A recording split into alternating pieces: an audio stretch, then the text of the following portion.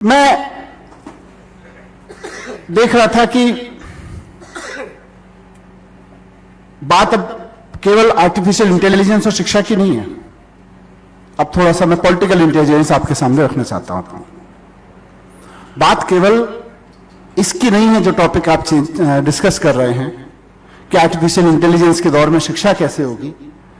एक लीडर के रूप में और एक सामान्य भारतीय के रूप में मैं इस चीज को इस रूप में देखता हूं कि यह बात 30 करोड़ स्टूडेंट्स की है जो इस समय स्कूल या कॉलेजेस में पढ़ रहे हैं, और उन 2 करोड़ टीचर्स की भी है जिनमें से कुछ यहां बैठे हुए हैं लेकिन किसी स्कूल या किसी कॉलेज में पढ़ाने के लिए बैठे हुए हैं।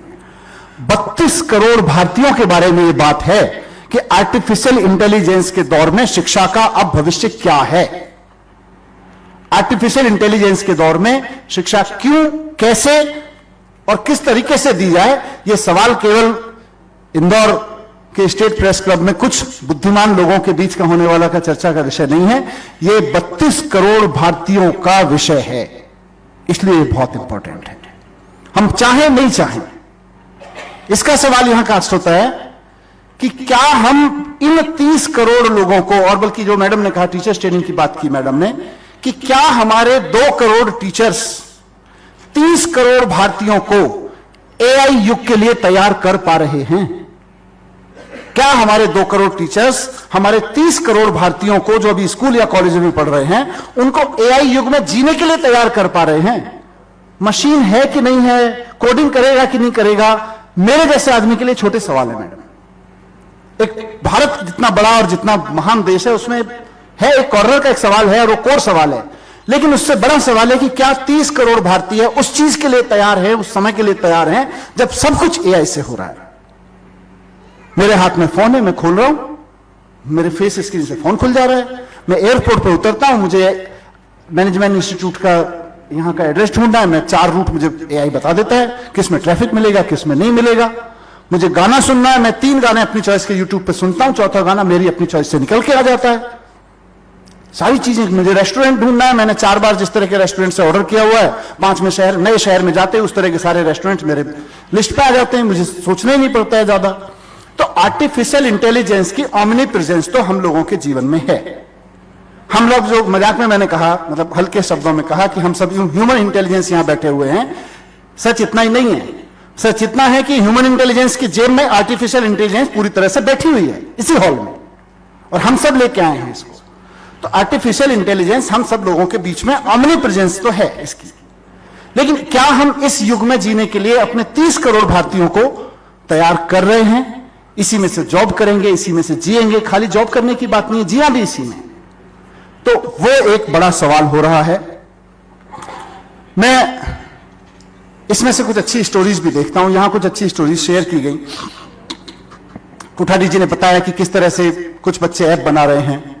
मैं देख रहा था अखबारों में, मैंने पढ़ा मदुरई में एक नेत्रहीन बच्चा, कार्तिक शायद नाम है उसका, मैंने न्यूज स्टोरी पढ़ रहा था, वो पढ़ नहीं पा रहा था लेकिन अब उसे किब्बो नाम का शायद कोई ऐप मिला और उसने पढ़ना शुरू किया, और वो अपनी शानदार स्पीड के साथ, पूरी इंटेलिजेंस के साथ में, जितनी भी ह्यूमन इंटेलिजेंस उसमें है, एक डेफिशिएंसी बस थी, वो अपने आसपास के सब बच्चों को कॉम्पीट करके आगे निकल गया है सिर्फ एआई की वजह से।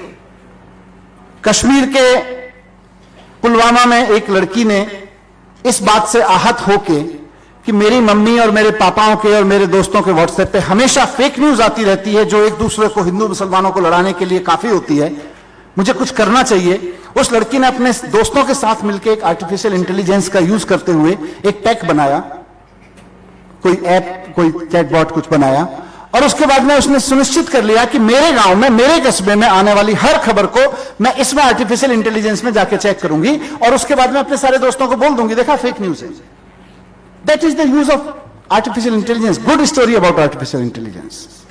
महाराष्ट्र का एक किसान जिसको बहुत एग्रीकल्चर नॉलेज नहीं है, जिसको बहुत टोपोग्राफी और ये सब की नॉलेज नहीं है, पेस्टिसाइड की ज्यादा नॉलेज नहीं है, अब किसी ऐप के जरिए, किसी अच्छे आर्टिफिशियल इंटेलिजेंस एआई टूल के जरिए अपनी फसल के फोटो खींच के, अपनी जमीन के फोटो खींच के भेजता है, और आराम से वहां किस वक्त उसको पेस्टिसाइड यूज करना है, कब पानी देना है, कब प्रोटेक्शन देना है, कब नहीं देना है, सारी वेदर इंफॉर्मेशन से लेकर टोपोग्राफी की सारी इंफॉर्मेशन उसको एआई से मिल जा रही है।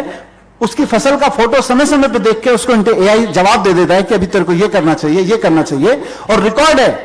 ये सब मैं अखबारों से पढ़ी हुई चीजें कह रहा हूं। उस किसान ने 30% अपना प्रोडक्शन ऊपर किया है पिछले साल एआई का इस्तेमाल करते हुए। एक सामान्य अनपढ़ किसान है, शायद अनपढ़ भी होगा, मुझे पता नहीं, पर फोन यूज कर रहा है उसके हाथ में। कहना चाह रहा हूं कि एआई की ऑमनी प्रेजेंस है, एआई की अच्छी स्टोरीज हम सबके बीच में हैं, लेकिन फिर से कहना चाह रहा हूं और पूछना चाह रहा हूं, और इस चिंतन को आप सबके बीच रखना चाह रहा हूं कि क्या भारत 32 करोड़ का भारत, 140 करोड़ में से 32 करोड़ लोगों का भारत एआई के युग में जाने के लिए, एआई के युग में पूरे स्मार्टनेस से जीने के लिए तैयार है? क्या है ह्यूमन इंडस्ट्री, ह्यूमन इंटेलिजेंस और एजुकेशन, इसका रिश्ता तो तब से है जब पहला बच्चा अमीबा और इन सब से निकलते निकलते प्रोसेस से, मटेरियल से प्रोसेस होते होते हम ह्यूमन बॉडी तक पहुंचे हैं। जब पहली बार किसी मां ने बच्चे को सिखाया होगा, एजुकेशन तो वहीं से शुरू हो गई होगी। या पहले एटम ने दूसरे एटम को सिखाया होगा, शायद एजुकेशन तो वहीं से शुरू हो गई होगी। तो एजुकेशन में तो हम एटम स्टेज से ही चलते आ रहे हैं।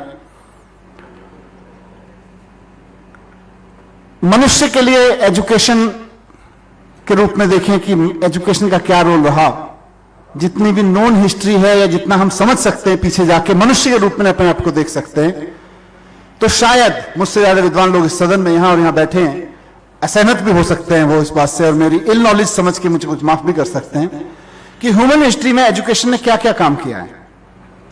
पहला काम किया कि भाई देखो, तुमको हाथ मिले हैं मनुष्य के रूप में, तुम ये हथियार चलाने की कोशिश करते हो, तुम पत्थर तोड़ने की कोशिश करते हो, तुम पशु को नापने की कोशिश करते हो, तुम कुछ कुछ करते हो इन हाथों के माध्यम से।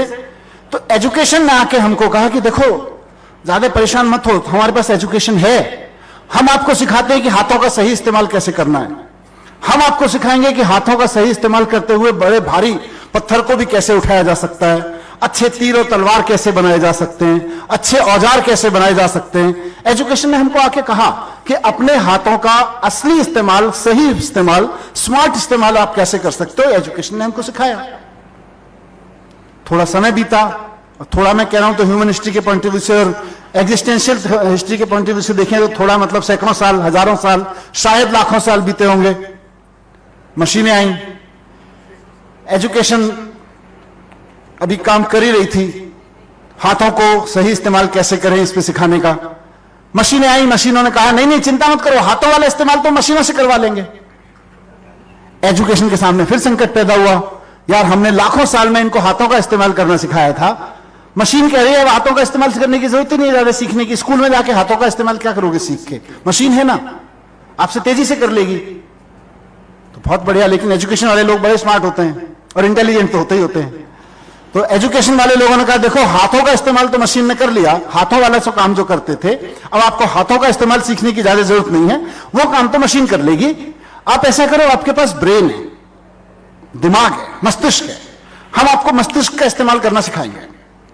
सैकड़ों साल तक एजुकेशन हमको मस्तिष्क का इस्तेमाल करना सिखाती रही। 50 साल पहले प्लस माइनस मार्केट आया और बोला साहब ये जो सैकड़ों साल से आप मस्तिष्क का इस्तेमाल करना सीख रहे हो ना, हमने मशीन बना दी है मस्तिष्क वाली, अब आप मस्तिष्क का इस्तेमाल मत सिखाओ अपने बच्चों को, मस्तिष्क का सारा काम कंप्यूटर कर लेगा, मशीन कर लेगी। शिक्षा वाले फिर बेरोजगार हुए कि यार अगर हम पहले हाथों का इस्तेमाल सिखाते थे, वो इस्तेमाल मशीन को दे दिया, हम ब्रेन का इस्तेमाल सिखाते थे, वो ब्रेन का इस्तेमाल भी मशीन कर लेती है। अब वाजपेयी जी चांदनी चौक के यहां बड़े व्यापारी के वहां बैठा हुआ है एक मुनीम, 15 दिन की कैलकुलेशन, माने 1 साल की कैलकुलेशन करने में सेल की 15 दिन लगाता था, वो ब्रेन था उसका, और हमारे किसी इंस्टीट्यूट में ट्रेन होता था वो चार्टर्ड अकाउंटेंट के, नहीं कोठारी जी, कि 1 साल की सेल का कैलकुलेशन 15 दिन में कैसे करेगा, उसकी ट्रेनिंग हमारे चार्टर्ड अकाउंटेंट के और जो अकाउंटेंसी पढ़ाने वाले इंस्टीट्यूट उसको देते थे, और हम कहते थे देखा ब्रेन का इस्तेमाल करना सिखा रहे हैं। लेकिन मशीन आई बोले तो काम हम 15 सेकंड में कर देंगे, आपको ट्रेंड ब्रेन की जरूरत नहीं है इसके लिए। फिर एजुकेशन के सामने संकट आया, अब हम एजुकेशन किस लिए दें। तो करीब ये शायद 100 साल पहले हुआ, 25, 30, 40 साल पहले फिर रेवोल्यूशन हुआ एजुकेशन में, और कहा गया कि देखिए शरीर यानी हाथों का इस्तेमाल करना, ठीक है, मशीन ने ले लिया। ब्रेन का इस्तेमाल करना मशीन ने ले लिया। आपके पास एक और चीज है, बुद्धि, इंटेलिजेंस। हम आपको आपकी इंटेलिजेंस का इस्तेमाल करना सिखाते हैं। एजुकेशन में मैंने कहा ना बहुत स्मार्ट हैं, अपना काम ढूंढते रहते हैं। बोला बेरोजगार नहीं होगी एजुकेशन, आके बोले जी हम आपको इंटेलिजेंस का इस्तेमाल करना सिखाएंगे। तो करीब 40-50 साल से दुनिया में इंटेलिजेंस के इस्तेमाल के कोर्सेज बने, मैनेजमेंट, पोइट्री राइटिंग, एनालिसिस, ये सारे कोर्सेज इंटेलिजेंस के इस्तेमाल के थे। अभी मैडम समस्या आ गई कि अब मार्केट आके कह रहे हैं साहब इंटेलिजेंस का काम भी हम मशीन से ले लेंगे। तो आर्टिफिशियल बॉडी, आर्टिफिशियल ब्रेन, अब आर्टिफिशियल इंटेलिजेंस। तो वहां आके समाज खड़ा हुआ है और वहां आके एजुकेशन खड़ी हुई है कि अब हम आदमी को क्या इसके अंदर ढूंढें जो हम कहें बेटा अपने बच्चे को पैदा होते ही स्कूल भेजा करो, हम उसको कुछ सिखाएंगे। क्योंकि सारा काम तो मशीन कर ही ले रही है। तो यहां एक समस्या खड़ी हो रही है और शायद इसलिए यह सवाल खड़ा हो रहा है कि आर्टिफिशियल इंटेलिजेंस के समय में जो परिवर्तन हो रहे हैं, आज का टॉपिक मौजूद है कि हम शिक्षा पे कैसे काम करें, शिक्षा कैसे दें और क्या दें और क्यों दें, क्यों भी इंपॉर्टेंट है। वहां मैं कुछ आपके सामने कुछ बड़े फैक्ट्स रखना चाहता हूं जो एआई और शिक्षा के बीच में हम सबको सोचने पड़ेंगे और हम सबको देखने पड़ेंगे। जब ये सब हो रहा है, जिसकी 3-4 एग्जाम्पल यहां से शेयर हुए, 2-3 एग्जाम्पल मैंने शेयर किए, उस सब के बीच भी भारत में इस वक्त यह भी हो रहा है कि हमारे 48% स्कूलों में अभी बिजली का कनेक्शन नहीं है। 48% स्कूलों में अभी हमारे बिजली का कनेक्शन नहीं है। इन 48 बाकी के जो 52% बचे जिनमें है, उनमें से 44% स्कूलों में कंप्यूटर्स नहीं है। 42% में इंटरनेट नहीं है। जहां थोड़ा बहुत कंप्यूटर्स भी है वहां इंटरनेट का नहीं है। और 42% स्कूलों में देश भर में बच्चे फर्श पे बैठते हैं अभी पढ़ाई करने के लिए। हम उनको डेस्क पे नहीं दे पाए हैं। इसमें मैं वो चीजें नहीं दे रहा हूं कि कितने स्कूलों में टॉयलेट्स नहीं है और कितने स्कूलों में पीने का पानी नहीं है और कितने स्कूलों में टीचर्स नहीं है और ट्रेनिंग, आपने टीचर्स ट्रेनिंग की बात की, वो सब नहीं मैं दे रहा हूं। लेकिन ये एक बुनियादी भारत आपके सामने खड़ा है। जब हम आर्टिफिशियल इंटेलिजेंस और एजुकेशन का भविष्य की बात करें और भारत की तैयारी की बात करें, तो हम यह भी जानें कि भविष्य का भारत ऐसे स्कूलों में तैयार हो रहा है, ऐसे कॉलेजेस में तैयार हो रहा है जहां बच्चे पैकेज बना रहे हैं, तो ऐसे स्कूलों में भी तैयार हो रहा है जहां 48% स्कूलों में अभी बिजली का कनेक्शन भी नहीं है, कंप्यूटर नहीं है, इंटरनेट नहीं है। इससे नुकसान क्या हो रहा है? इससे नुकसान यह हो रहा है, और उससे पहले मैं बताऊं दुनिया कहां खड़ी है। साउथ कोरिया ने, अभी शायद किसी ने जिक्र किया, किसी वक्ता ने किसी कंट्री का जिक्र किया था, साउथ कोरिया ने 2025 से अपनी सारी टेक्स्ट बुक्स को रीडिजाइन कर दिया है। हर एक बच्चा हर एक स्कूल में अब वही टेक्स्ट बुक्स के जरिए पढ़ेगा, चाहे वो फिजिकल क्लासेस हो, ऑनलाइन क्लासेस हो, वर्चुअल क्लासेस हो, जो एआई ओरिएंटेड है। उन्होंने तय कर लिया है, सारी टेक्स्ट बुक्स का स्कैनिंग की। मैंने समझने की कोशिश की कि किया क्या। ये कहना आसान है कि एआई ओरिएंटेड टेक्स्ट बुक्स बना ली हैं। What does it mean? Finland ने अपने सारी टेक्स्ट बुक्स में से रोट लर्निंग वाली सारी चीजें हटा दी। बोले रोट लर्निंग का काम मशीन कर रही है, हमें अपने बच्चों को रोट लर्निंग वाली कोई चीज नहीं देनी है, समझ विकसित करनी है। साउथ कोरिया ने भी टेक्स्ट ओरिएंटेड, एआई ओरिएंटेड सारी टेक्स्ट बुक्स बना दी हैं। चाइना आर्टिफिशियल इंटेलिजेंस का अपनी एजुकेशन में इस्तेमाल कर रहा है। उन्होंने पिछले साल से अपने हर क्लास में कैमरे लगवा दिए हैं और हर बच्चे की स्कैनिंग हो रही है। आर्टिफिशियल इंटेलिजेंस उसकी स्कैनिंग कर रहा है। और क्या कर रहा है? स्पाइंग नहीं कर रहा है, विजिलेंट नहीं है कि कौन बच्चा आया है क्या नहीं आया, वो छोटी चीजें, बहुत पुरानी चीजें हो गई हैं।